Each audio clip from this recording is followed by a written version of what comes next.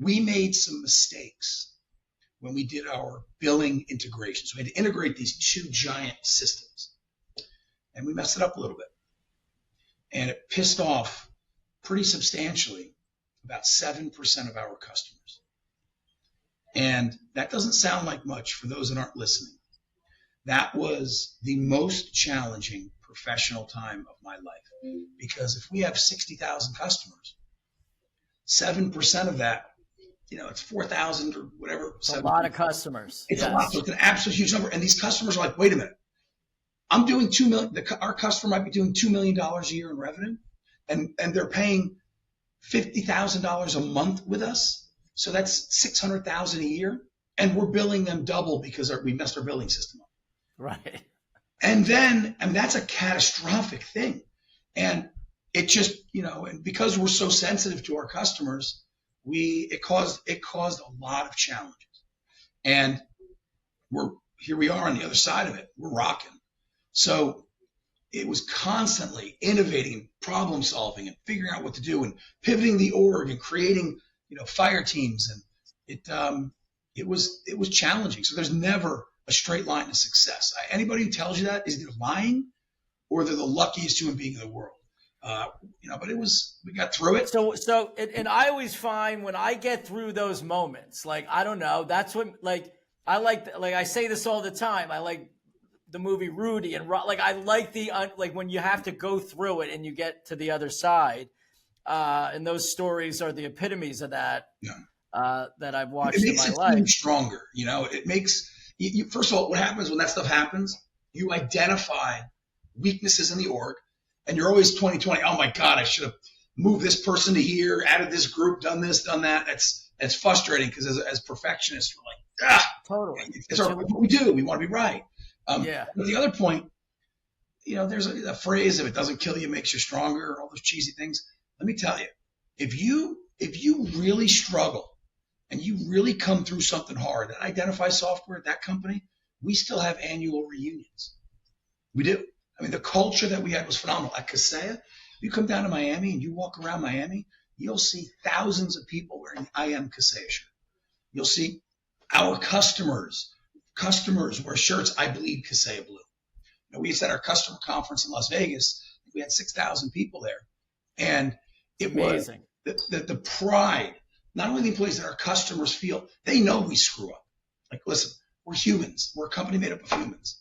But we will do everything short of dying to make our customers' lives better. And they appreciate it. So when you come on the other side of something like that together, it makes the bond really strong. Well, and people care more about brands and what people are doing to help others today, and social good. And I know your move to put Kaseya Center into play was brilliant, because regardless of how big you are, you look bigger. Like our company, we had a big sign on a building. It wasn't even our building, but it was great signage rights. Yeah.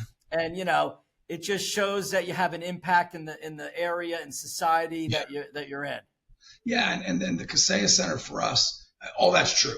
We're looking to hire a couple thousand people over the next 3-4 years in Miami, around the world, actually, but Miami's our headquarters. So yeah, it helps a lot. The other is, for our customers, John, remember the Intel Inside campaign? Yeah. Kids, the average buyer of computers. So for those who don't know in the podcast, in the 90s, personal computers were new. It wasn't, you didn't go, not everyone had 5 computers. You're very lucky if you had. And they were 200 pounds to carry them around. Yeah. And they were the same price they are today. So, in 1995, $1,500 was a lot more than it is today. And Intel sold microprocessors, and they were selling them to Dell and IBM and Hewlett Packard, and Compaq and Gateway and Acer and all these guys. So they wanted to direct to consumer market the brand Intel. So they're brilliant. They create something called Intel Inside. So now they did such a good job with this brand that when my mom would go to the store, go to Egghead Software, go to Sears to buy a computer, she'd say, all I need to know is that it has Intel inside, because Intel she doesn't know anything about microprocessors. So with Kaseya, we're doing the same thing. Our customers are out there delivering IT and security services to all the small to mid-sized businesses in the world. And we're building a brand awareness that Kaseya is the most secure on the planet. So we want the dentist, the lawyer, the architect, the real estate guy to say to their IT person, are you powered by Kaseya? Because if you're powered by Kaseya, you're good. And that's the driver behind the Kaseya Center. And you're in the community. You're giving back all the time in the community. You're doing all sorts of cool things, and let's talk about Cooper. Like, because to me, I'm an animal lover to the end of my days. I mean, I don't know how people can't be. You've integrated this unbelievable pet that you have. Oh, it's the most, I can't, these faces, I die. But you really made this a thing. Like, obviously it's a charitable thing, but there's this Cooper, I guess, Ask Cooper AI thing going on. Yeah. So talk a little bit about why you're so into this. Yeah. So and Cooper's why? Like, Cooper's my dog. He's actually under my desk right now, hanging out, listening to us talk about him. He's like, guys, keep not talking about him. And he's an amazing guy. He's half beagle, half Pekingese, but he had an accident. He got paralyzed on his hind side, so his back legs and his tail got paralyzed. So happened about 7.5 years ago, 8 years ago. Cooper's 16 and a half years old, so he's rocking.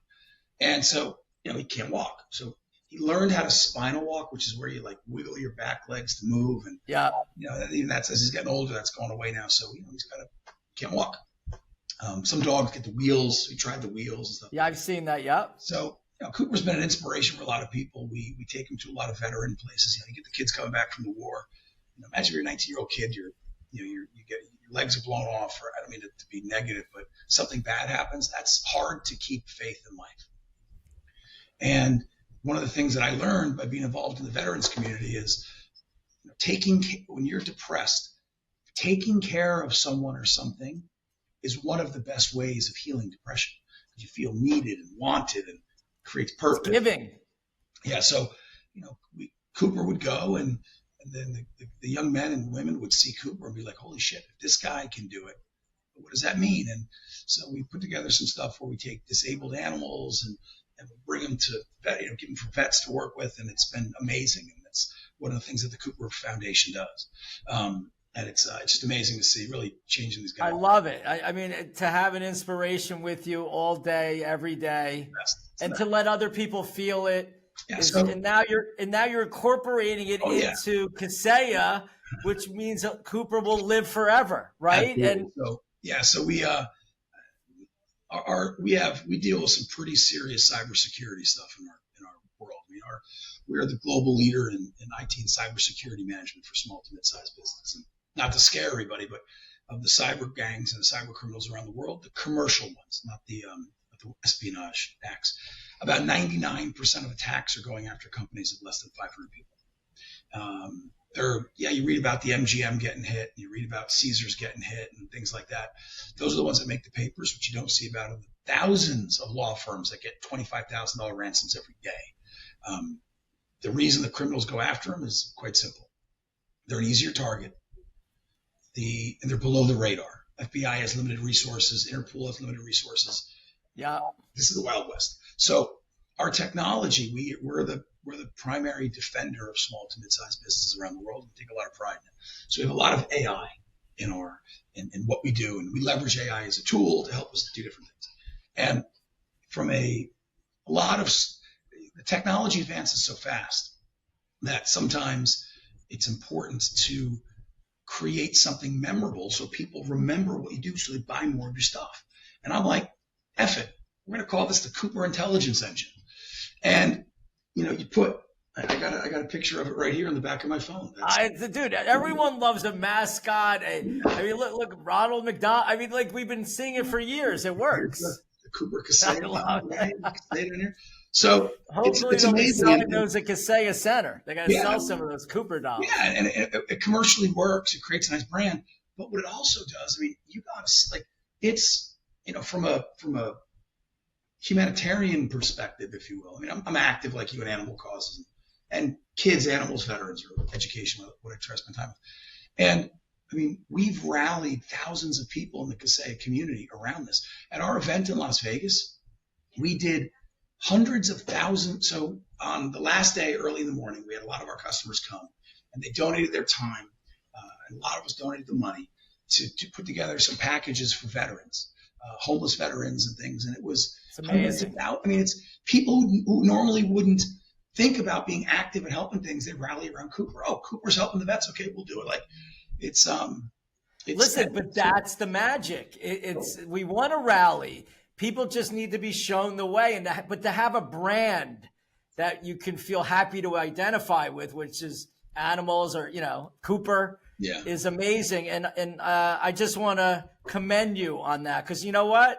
We can get very stuck in just what we're doing and how to grow. And we all have investors and customers, but to get outside yourself and go help the community and people. And I just think that's what always makes me feel the best. So yeah, it's people talk about having fun, and I guess when you're a young man, having fun is going to Vegas and partying, right? And then as you get older, it's playing with your kids or your nieces, your nephews, and then when you get older, it's about other things, helping people. And I've been told that. I remember hearing that when I was in my early 20s at prison from some of the folks that are now among the elite in the technology world, the icons in the industry, telling me that. And I'm like, okay.